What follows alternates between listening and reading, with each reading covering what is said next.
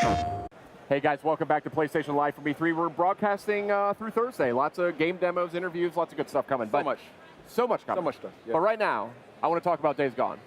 So welcome, John, and whoever you are. What's your name again? That's I forgot. Jeff Ross. Jeff. Sorry about John and that. Jeff. I think I did the same thing last year, didn't I? I think you did. Come on, Sid. I'm a mess. I'm a disaster up here. All right, look. Right there. Days Gone. Right, it's right there. I have no excuse, do I? Look, Days Gone. Big presence in last night's PlayStation E3 showcase. Really cool sequence there. I mean, it was creepy. It was violent, very violent. Yeah. It showed a lot of sort of situational kind of, using the environment and the freakers that we see kind of to the advantage of the player. Yeah. So tell me what went into that. Well, so the biggest thing that we really wanted to do this year was sort of show a more intimate part of Deacon's life. So last year, it was the Horde, which is hundreds and hundreds of freakers, all sort of massed together, and you saw how Deacon had to struggle to just stay alive. And this year, we wanted to show off more of the open world, and this thing we're calling our dynamic open world systems. And what that really means is you can use the freakers themselves against other enemies, like the Marauders that you see on the media showcase demo last night. Right. Actually, I have a question about the freakers because with other games, survival games, like this, for instance, The Last of Us, the clickers had this thing where they couldn't see you, but they could hear you. What is it that triggers the freakers? Oh yeah. Well, That's so good. it's an interesting question, and for anybody who gets a chance to see our alternate demo that we're demonstrating in the theater today or online when it gets posted, is that the time of day kind of drives the density of the freakers and the humans when they're out, but also the weather. So when it's snowing, it's going to kind of blind everybody at a distance. When it's raining, it's going to dampen the sound. So when the player learns these, he's going to be able to use that kind of context as one of he's going to play that as part of his strategy for how he approaches any encounter. Gotcha. But definitely sound, right? Because like you saw in the media showcase demo, Deacon, put down this bear trap and then kind of snuck off. Right. And in our alternate path demo, he doesn't do that. So he actually kind of goes around and watches what happens when this Marauder goes into the bear trap, and you hear this gunshot on the media showcase demo. If you look at our alternate path footage, you'll see that one of the Marauders actually shoots the other Marauder in the head because he's making too much noise. Oh wow! Right. So yeah. So it's a pretty harsh world, but that sound traveled, and sound is something that can be really dangerous. Gotcha. That's very interesting. Yeah, I did notice once the bear trap was down and the guy stepped in it, you saw the freakers running. Yeah. It's like they heard it screaming. You heard them screaming. This is looking good. I didn't see all of this footage. I was kind of a little distracted last night during the showcase, but. One of the things I really like about this game is it's, we see a lot of open world games out there. It's certainly like a popular genre, but this one, the feel of it is different. It feels more improvisational, I think is the word I'm going for. Absolutely. Our crafting system, I mean, it's really inspired by, kind of the do-it-yourself mentality where, we all feel thrilled when we make a repair to our car or our house with duct tape and a couple of loose screws, and we feel really good about it. That's Deacon. He's making use of everything he can find in the environment, and they have to scavenge and search for things and employ them in really clever ways. And he has to do it. He has to do it to survive. So like you see right here, this is the same clothesline that Deacon ran into, and in this demo, the runners aren't chasing him. So basically, he has the opportunity to see the ambush before it happens, goes around it, comes up behind them, and takes those guys out from behind. Right. So that's to your point. And then he strangles them with their own clothesline too. Yeah, exactly. So he makes use of the whole buffalo. And it's a dynamic event that can happen.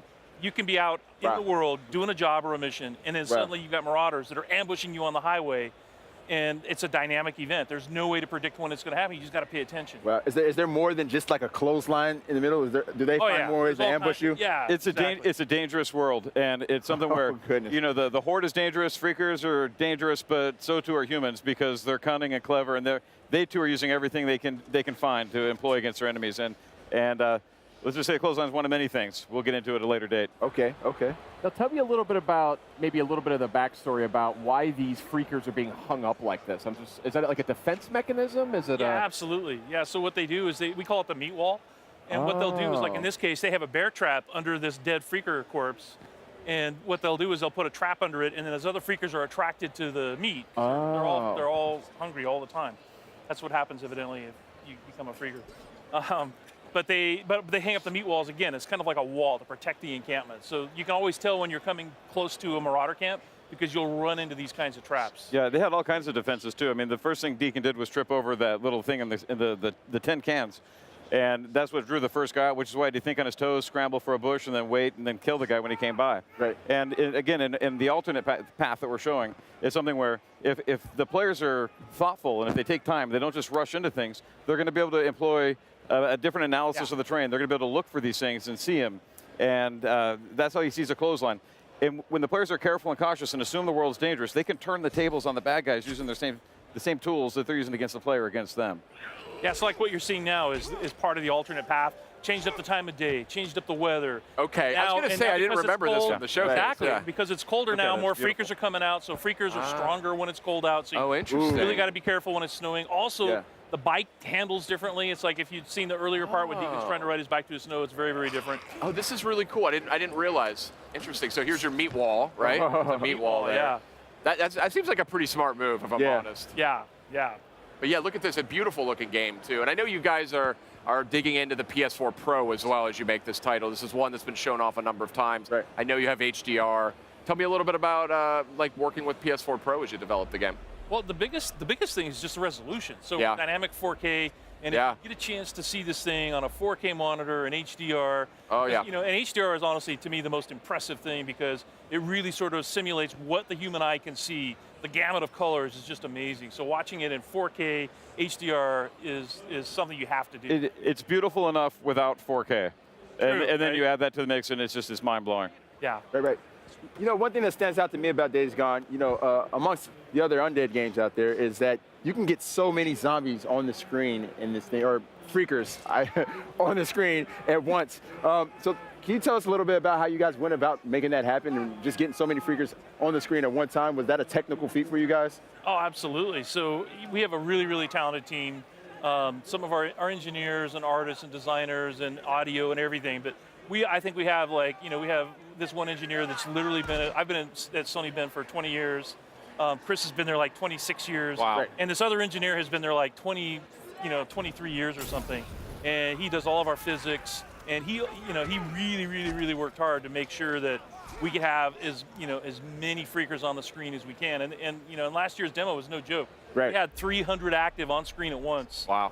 And the overall horde for the sawmill, we were managing something like, how many did you say it was? Killed 1,000. It was 1,000 freakers. Yeah. Whoa. And then 300 more showed up at the end too. So. Yeah. So it's pretty impressive. So we're even impressed by it. What do you do when you're confronted by that many freakers and in this game? I mean, we saw last year's demo. I'm not sure that ended so well. Didn't seemed like a pretty desperate ending. Yeah. But what do you do? What could be an effective technique for getting out of that? Weaponize them, like we saw in the demo, them, right? Where so that wasn't actually a horde; it was a swarm, a smaller. Okay. One in this E3's demos. Yeah, in this year's E3 demo. So it's something where you can even weaponize the larger horde as well. But it's something where it's a threat to you. But if you're smart and you don't just rush into everything, you can stop and contemplate how you can utilize every weapon and every enemy and the environment against each other as part of your tool set. And I think the short answer is until you have progressed, because this it's like taking on a swarm is something you can probably do pretty early in the game. Yeah. The horde encounters are probably later in the game, and you just do what Deacon did last year. The shortest answer is run.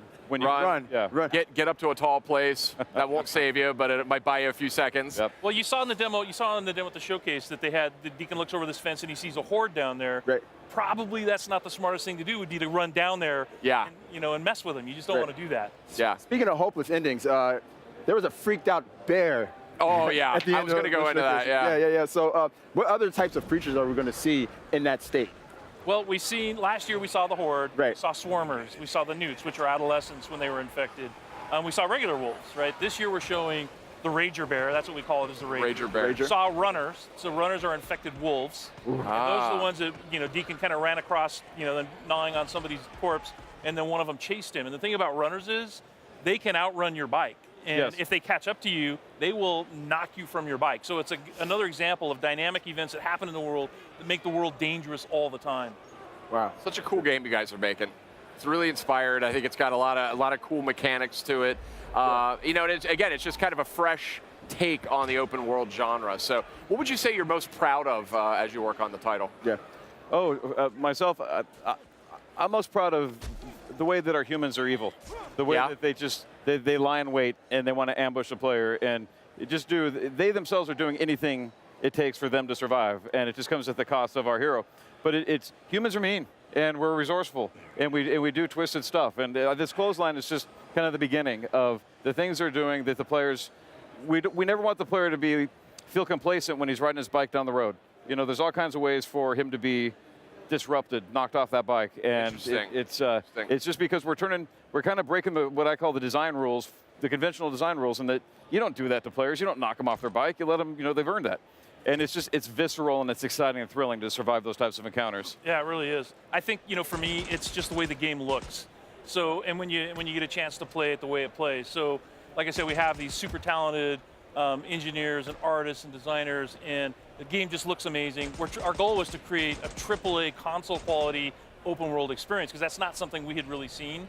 And you know, I think the guys are really pulling it off. I mean, I think the characters look amazing. I think the environments look amazing, all times of day, and it's just fun to look at. Right.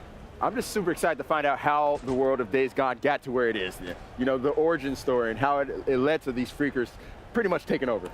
Yeah. Yeah. Yeah. Good stuff, guys. Days Gone coming out on PS4. Do you guys have a release time frame yet? We don't. So we're just working really hard to deep try to in make development. the best game. You know, we're really happy that Sony's given us the time and resources to just make like a AAA open world action game, and I think it's going to be awesome. I agree with you. I think it looks fantastic. So thanks for coming by, showing off the latest. That alternate playthrough was very interesting. I didn't realize it could go in so many different directions. But coming up next on PlayStation Live from E3, we've got a lot more. We got game demos, interviews, all kinds of good stuff. So stay with us. PlayStation